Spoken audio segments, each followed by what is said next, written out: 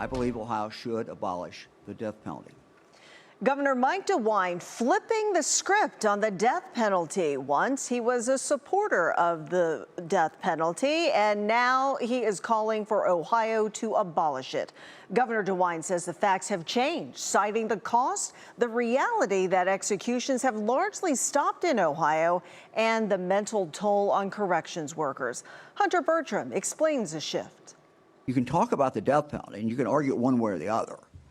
But the most effective thing to deal with violent crime is to go after the repeat violent offenders and lock them the hell up. As a state senator, Governor DeWine helped bring the death penalty back to Ohio in the early 80s. And having voted for the death penalty, I felt that I had an obligation to explain to people why I now believe that the death penalty is not a deterrent.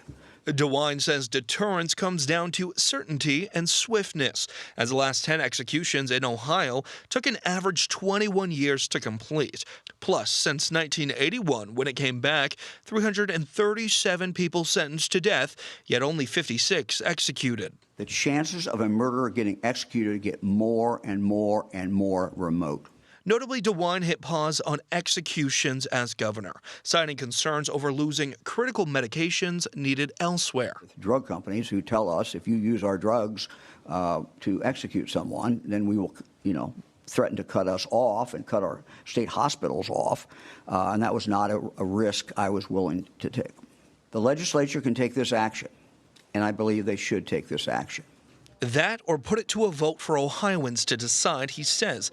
But with his term nearly over, his power to move the legislature may be limited. Republican House Speaker Matt Huffman says he'd oppose it, while Vivek Ramaswamy, the Republican running to replace DeWine, says he supports it in the most extreme cases. Democratic nominee Amy Acton says she would take a closer look and listen to Ohioans.